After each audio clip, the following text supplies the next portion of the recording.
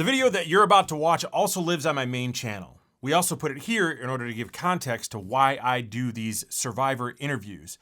I nearly died in the Grand Canyon, as you're about to see, and surviving that changed how I think about risk, preparation, and judgment. That experience is why I talk to people who survived the worst moments of their lives. I want to know what they were thinking at that moment. So here's my full Grand Canyon survival story.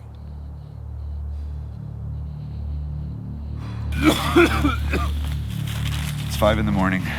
Dan's not doing good.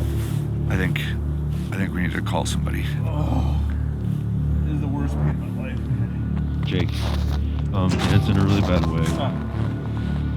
I think just staying calm, keep your breathing going.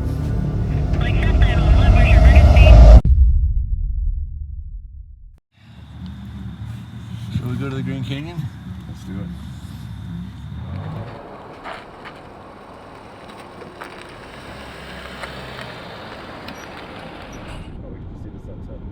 We had planned this hike a couple months in advance. Eric, a good buddy of mine who has been in several videos of mine, has his own backpacking channel, has put this whole trip together for us. And we decided to do this in winter.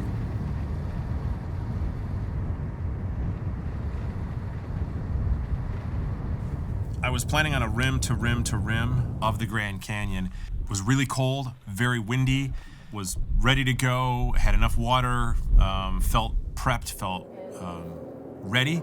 I also have a health coach that I've been working with for a long time. His name is Adrian, and he's been helping me prep as far as my diet and getting ready for this hike. And I'll put a link in the description for him. So if any of you are thinking about maybe looking for a health coach, he's awesome. He's got his own Instagram. Check him out. He's looking for new clients. So please visit him. We started out at the South Rim at about 7,000 feet. Welcome to the Grand Canyon, my friend. Wow. Holy cow. The Grand Canyon is a vertical mile straight down, but the trail to get to the bottom of the canyon is 7 miles long. So that's a ton of switchbacks, which I normally hike very well down. I don't really have any issues at all. I'm actually pretty quick hiking downhill. So we're coming down. This is the South Kaibab Trail. It's 7 miles. This is the steeper route. We'll make it to the river, and then we're going to go another 7 miles to camp tonight.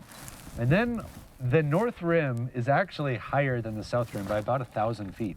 So it's going to be colder. There's going to be more snow, and there's not going to be like anybody out there. So I think it's going to be really special. I think I know why there's not going to be anybody out there. Nobody else is dumb enough. That's pretty much it. That's pretty much what's going on. Whoa. I was this close to taking off my jacket and my crampons, but every time we come around this bend, the wind is just howling on us. And the sand coming out of the canyon is like crazy too. So I think I'm gonna leave it on a little bit longer. Did you want to take that jacket off? Yeah, you said it wasn't supposed to be windy. Yeah, no, I thought below the rim we wouldn't have any wind.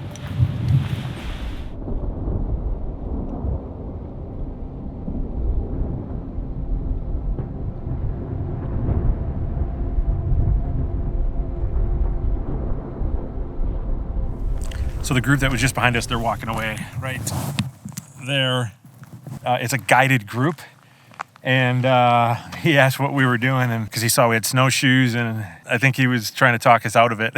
The rangers were very insistent that we have an aggressive itinerary. They are probably right.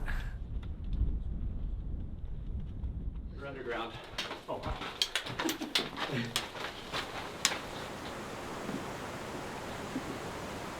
I hate to say it, but I really feel like we're at a low point of our trip. He'll be here all night, folks.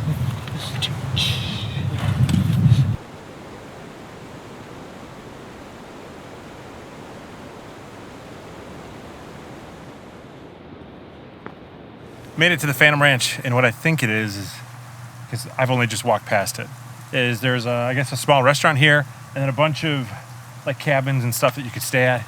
And there's a toilet right there too. So that's kind of nice. I was feeling good, but then it was a 7-mile trek to Cottonwood. I think it's Cottonwood campground.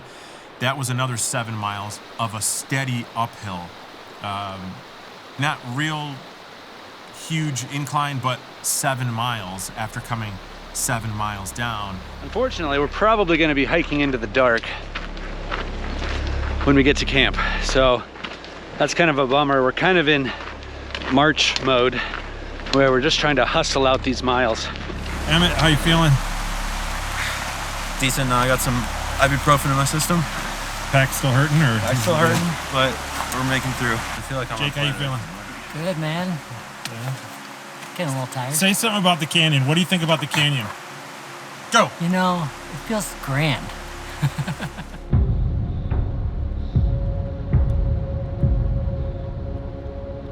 We've hit that part of the night. Ooh. Darkness has descended upon us. This trail just keeps going on and on. We are close though. I've been saying that and feeling that for a long time.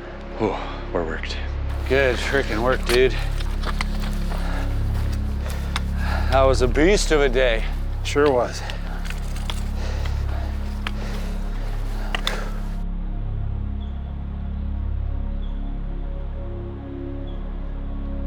We're getting packed up. I did not show you last night because that kicked my butt in a big way. I was not anticipating the hike down was going to do what it did to my legs. So it was about a mile down into the canyon, and I felt fine. And then probably, I don't know, 4 or 5 miles in, my legs it was struggling. And about 2 miles out from camp, I almost threw in the towel, set up camp on the side of the trail. That was unexpected. We are going to attempt the North Rim today. You ready, Emmett? Ready as it can be. Ready as how you feeling? Yesterday was really tough. I think, like, of the stuff you and I have done together, this has probably been the hardest thing so far. Really? Really? Yeah. Adviling up for the day. There you go. There you go. Let's do this. And he's 20 years younger than me, so I want you to think about that for those of you that are watching. Oh, yeah. Here we go. Here we go.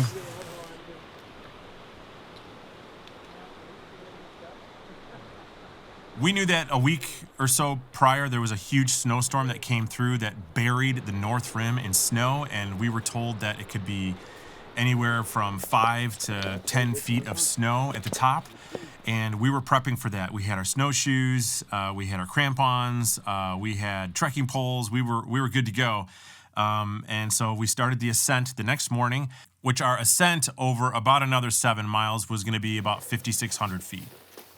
So I knew that this feature was here. This is way more ice than I've ever seen. To keep going, we can either traverse down below through here. That snow might be super deep, don't really know. And we can take a look and see if we can get behind there. Woo! All right, it's just I don't know what that was, a the sign troll, or what. The troll letting us know we're here. That's crazy looking. But I think there's just enough room that we can do a big shuffle. I think we should get at least one person through first, and then we can pass gear.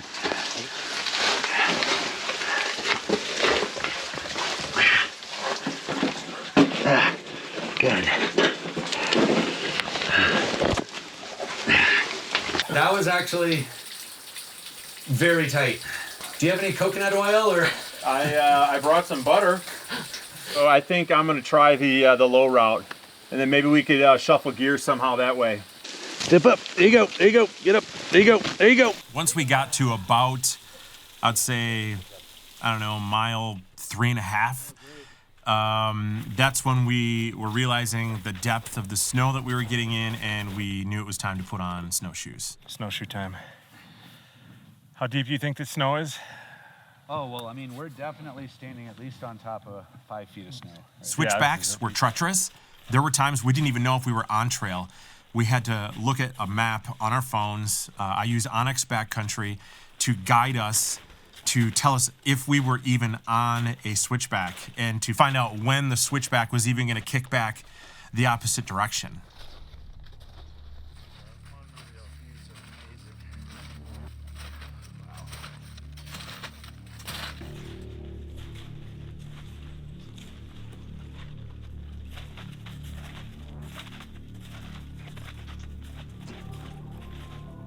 Now, keep in mind that both Emmett and Jake, the cameraman for Eric, and we were filming for a television show as well. Eric is the host of a TV show called Epic Trails. They were both so exhausted that they didn't even turn on their cameras. They had all kind of hiked off ahead of me. So Eric, Jake, and Emmett were, I don't know, probably 5 or 6 switchbacks up ahead of me. This whole trek was, nobody had done this yet. We were breaking trail. There wasn't a single marking in the snow that gave any sign of anybody else having been there since the snowfall probably a week prior. So we were it. I would say about a mile into wearing snowshoes, I started to develop some really serious chest pains. They were coming in waves, on and off. Sometimes they would last, 10 seconds. Sometimes they would last 10 minutes. And then about 2 miles from the top, it was as if someone had flipped a light switch off in my body, and my body was like, we're done. You're done. We're not moving any farther. There's no way we're gonna keep doing this. I was scared to death. I didn't know if I was gonna make it. I was ready to press my rescue button. It was dark now, pitch black. Temperature was around 20 degrees Fahrenheit. All I had was a headlamp on, my backpack, and I was hiking through the snow. And all of a sudden I see a headlamp coming back towards me, and it was Eric coming back down, and I noticed he was not wearing a backpack, and he looked at me and he says, "Are you okay?" And I said, "No." He said, "Give me your backpack." And it was at that moment, I completely broke down. And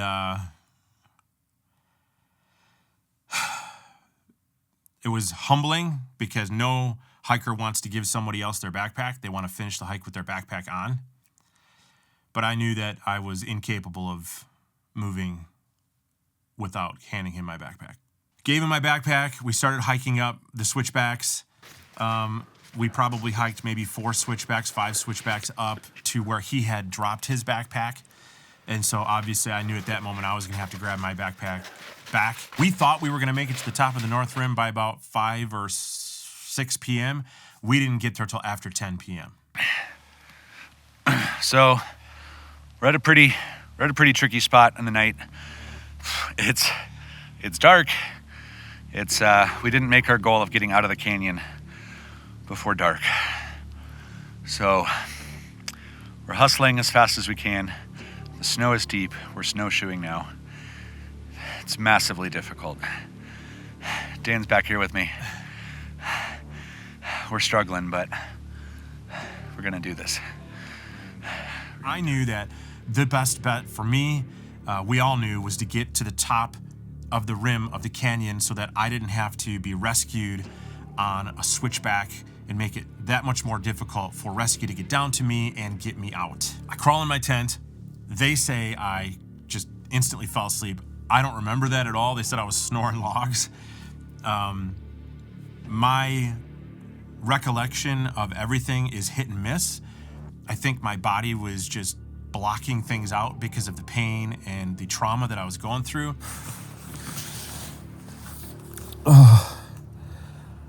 Okay. I don't know if you can see me. It's probably getting close to 4 o'clock in the morning. I don't think I've slept at all.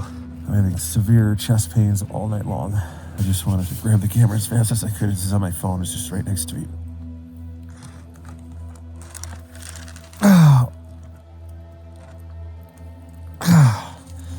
Everybody else is sleeping, I'm pretty sure.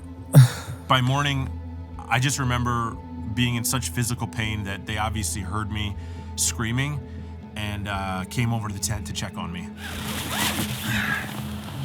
So it's 5 in the morning. Dan's not doing good. He was struggling coming up the trail. We got him here, got him into bed. He slept, passed out real hard for an hour or two, but apparently it's just been moaning, got chest pain. I think we need to call somebody. Oh, this is the worst pain of my life, man. Mike, 911, where's your emergency? Hi, I'm at the North Rim Trailhead, just outside of Jacob Lake. We just hiked out of the Grand Canyon today, last night, and my buddy is in distress. He's got some pretty severe chest pain, and I think we might need to get him out to some sort of help. Just a moment for me. I'm going to get somebody paged out to you, okay? Hold on Okay, for me. yes, thank you. Hello, this is Eric. Hi, Eric. This is 911. Yeah. I'm letting you know that we do have a single ranger on location at the North Rim who is responding. Okay, He does excellent. want you to be aware that he has an approximate 25-minute ETA Okay. and that there's no ambulance service out of the park. The only way out of the park from that location would be air ambulance if it's necessary. Okay. I'm gonna get some aspirin ready.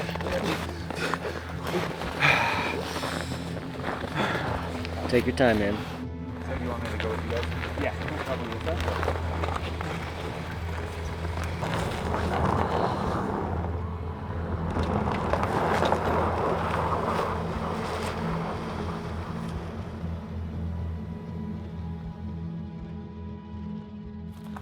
Camera? How you doing? Huh? This is camera? Yeah. I'm doing a lot better. Are you? Yeah, they got an IV in me. They give me like drugs, which is super good. Dan, love you, dude. They got me plugged in. You're Look gonna at, they be got my IV hanging here. That's right. Thank you guys. Yeah. Appreciate it. Send us a copy of the show. Take pictures. Yeah, right on. Take care. Hey, thank you. Thanks, guys. Damn it. You're the man. Bye. You're the man, Jake. Thank you.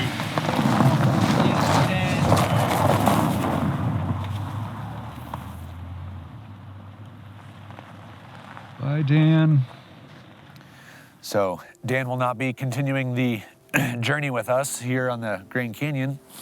So, the Grand Canyon is one of the most visited national parks in the whole US.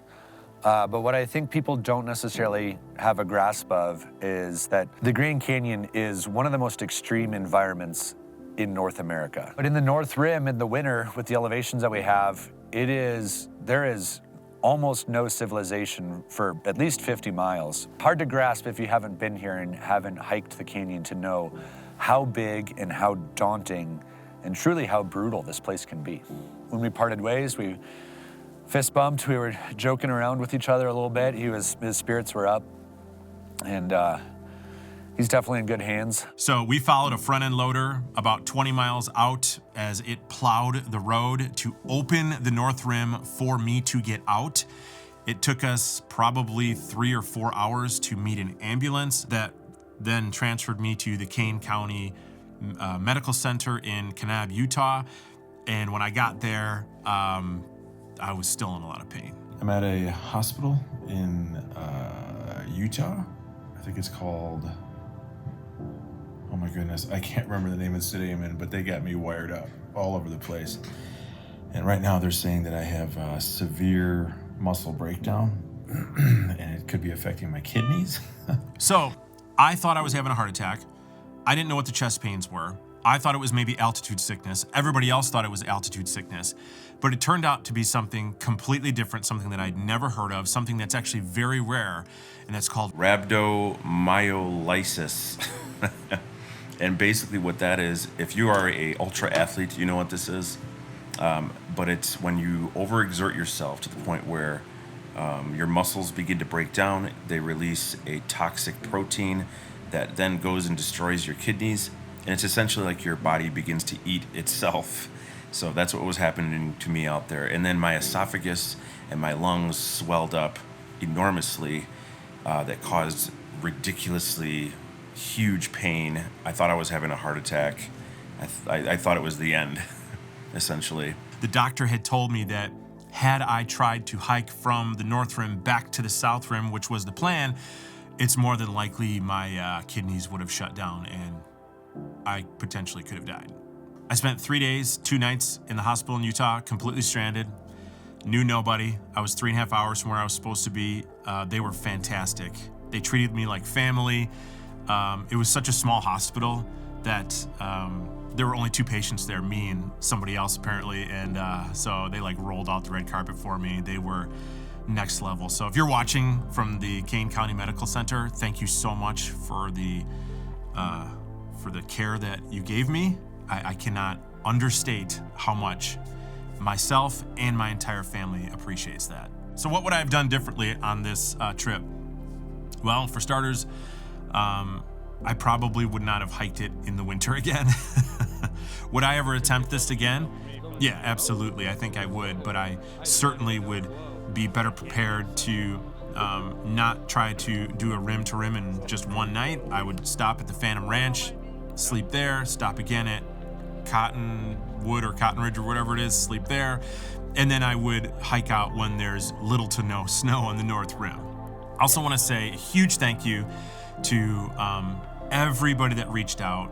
I got countless text messages, emails. I posted something on the community page on YouTube. It got over 600 comments, I think, of people just expressing their well wishes towards me, which was unreal that there's that many people that cared enough to do that. So thank you so much. So what's next? Well, I go see a doctor tomorrow. At this point, I'm at about 70%, I would say. My legs are the worst of it right now. They're just very weak. It's difficult to walk at a brisk pace. I can sort of walk pretty normally, but not super normal. So I'm hoping that over the next couple weeks, I will have 100% recovery. I've got some big things coming up. I'm headed to Egypt with Sawyer. We're doing another trip there, handing out water filters in a month. So I'm hoping I'm gonna be ready for that. The doctor's hopefully gonna give me a thumbs up for that. And then as far as my next hike, I don't know when that's gonna be. Hopefully, not too long, because I'm already thinking about getting back out in the safest ways possible. So thank you all once again for all of your love, all of your support. We're doing great, and yeah, so we will definitely see you on the next one.